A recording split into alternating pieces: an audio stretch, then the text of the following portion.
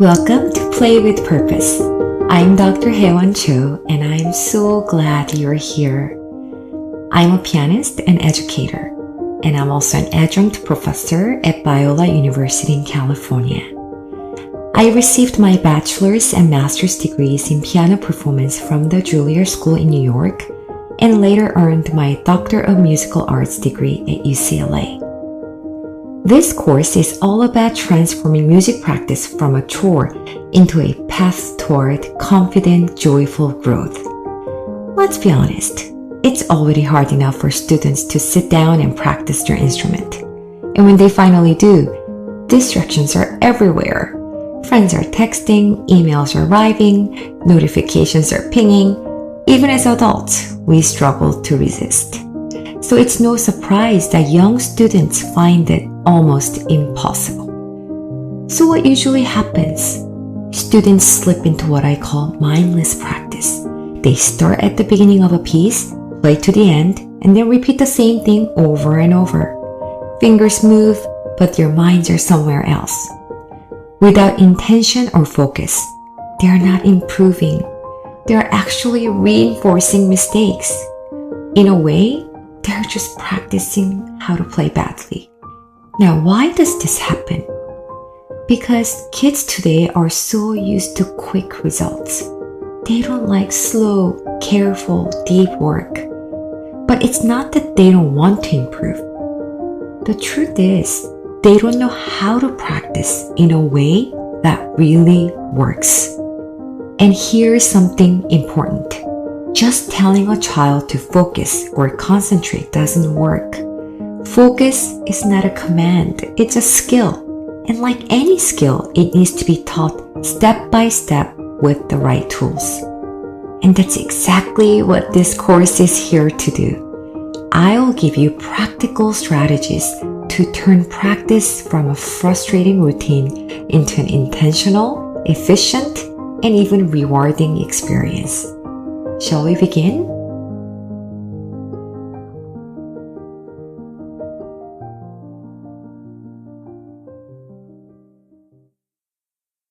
Part 1.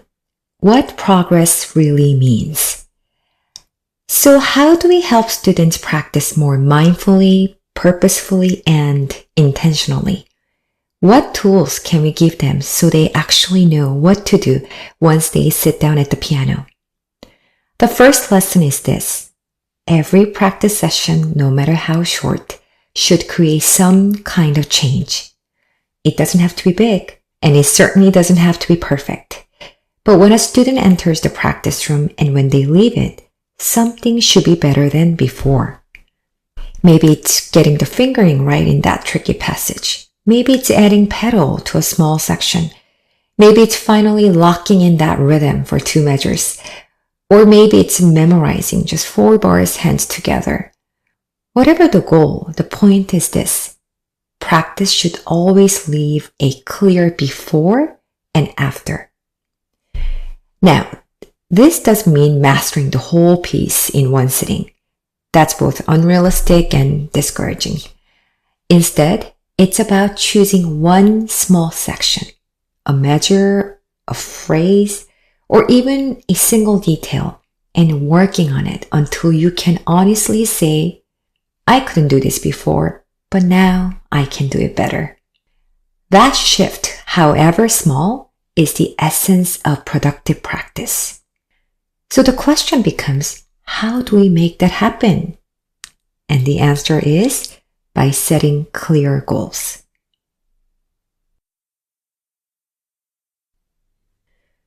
Part 2. Turning practice into progress with clear goals. Too often, students just play through a piece. And yes, there are times when a full run-through is important. That's another skill, and I'll talk more about it in a different course. But here's the truth. A run-through is not practice. It gives the illusion of progress while the mistakes are still there. But real practice is something very different. Real practice means becoming a thinker, a problem solver. It means slowing down, choosing one problem to focus on. It means experimenting, listening, and repeating with intention. Here's an example. Let's say the goal is to work on dynamics in the first 4 bars. A student might begin by asking, what do I need to do to improve my dynamic contrast here? That's the start of problem solving. And here's the process I use almost every time. First, I ask, what is the music trying to convey? What character is it trying to capture? Then I ask, what kind of sound will bring out that character? What sound is suitable for that particular mood? Finally, I ask, what do I need to do physically to create that sound? So in this case, the student might say, the opening feels noble, grand, and solemn. The score says forte, so I want the sound to be loud, but full and resonant, but not harsh or attacked. How do I get that? Should I press the keys harder? Or, like my teacher suggested, should I try using the weight of my arms? Then they experiment. They listen. Maybe they think, oh, that sounds better. Or maybe, not quite. What else can I try? But the questions don't always have to be this big. Sometimes they're much simpler. For example, a student might ask, why do I keep missing that note on that downbeat? What's really happening? And when they stop to listen and observe carefully, the answer usually comes. Maybe they notice, I'm always going just a little too far. Or, since it's a black key, maybe a slightly more curved finger would help. And here's what's important. Even if the student is young, just recognizing the problem and beginning to think about a possible solution is already a big step forward. Whether or not the problem is fixed right away, the habit of noticing, questioning, and experimenting is what creates real growth. And this kind of work takes training. Children today are growing up in a world of YouTube, instant answers, and even AI. They are not often asked to slow down, think deeply, and wrestle with problems. That is why this process of asking questions, trying solutions, and listening carefully has to be taught, trained, and practiced again and again. Because that is where progress begins. And it's the beginning of something much bigger than just a polished performance. Even if the problem is not solved perfectly, the very act of thinking critically and working creatively is what makes students grow. And the best part, this approach works for everything, every piece, every passage, every challenge. When we practice with this kind of problem-solving mindset, improvement is always possible. And in the end, it always leads to a better performance. Part 3. Structure and timers. Once we have a goal, the next step is to give practice a clear structure. Without structure, it's easy for students to feel overwhelmed, to simply drift through their time at the instrument. Here's a simple solution. Divide practice into 10-minute sections. If a student has 30 minutes, that means 3 sections. If they have an hour, that means 6 sections. Now, section 1. Warm-up or technique. This might be scales, arpeggios, or a quick technical drill. In a future course, I'll talk more about the importance of practicing scales and technical exercises. But here's the truth. Technique is not always fun. It's so easy, especially for young students, to play through these exercises mindlessly. So again, always set a goal. Maybe it's keeping the wrist relaxed. Maybe it's playing evenly at a steady tempo. Maybe it's producing a clean, clear, articulate sound. Technique exercises are also a chance to really train the ears, since the lines are simple and uncluttered. And remember, most of the pieces we play are built on scales and arpeggios. If you can play your scales well, you've already done almost half the work the piece requires. Now, sections 2, 3, and 4. That is repertoire. This is the heart of practice. Choose a small section of music. As we discussed in part 2, set a clear goal and work on it with focus and intention. But let me add one important reminder. I've seen so many students develop the habit of starting a section without any real thought. They jump in, miss the first note or two, they try again, and maybe get it right on the second or third attempt. Before long, that becomes their routine. It's how they always begin a section. Now, of course, mistakes are a part of performance. They happen to everyone. But in practice, we don't want to practice mistakes into our habits. If every section always begins with a fumble, the brain accepts that as normal. Then on performance day, how can we expect ourselves to suddenly start with focus if we've never trained that way? That's why I encourage my students to treat each start as if it were a performance. Take a breath, prepare, think through the first note, and begin with intention. Practice isn't just about fixing notes. It's about building the mindset you will need when you're on stage.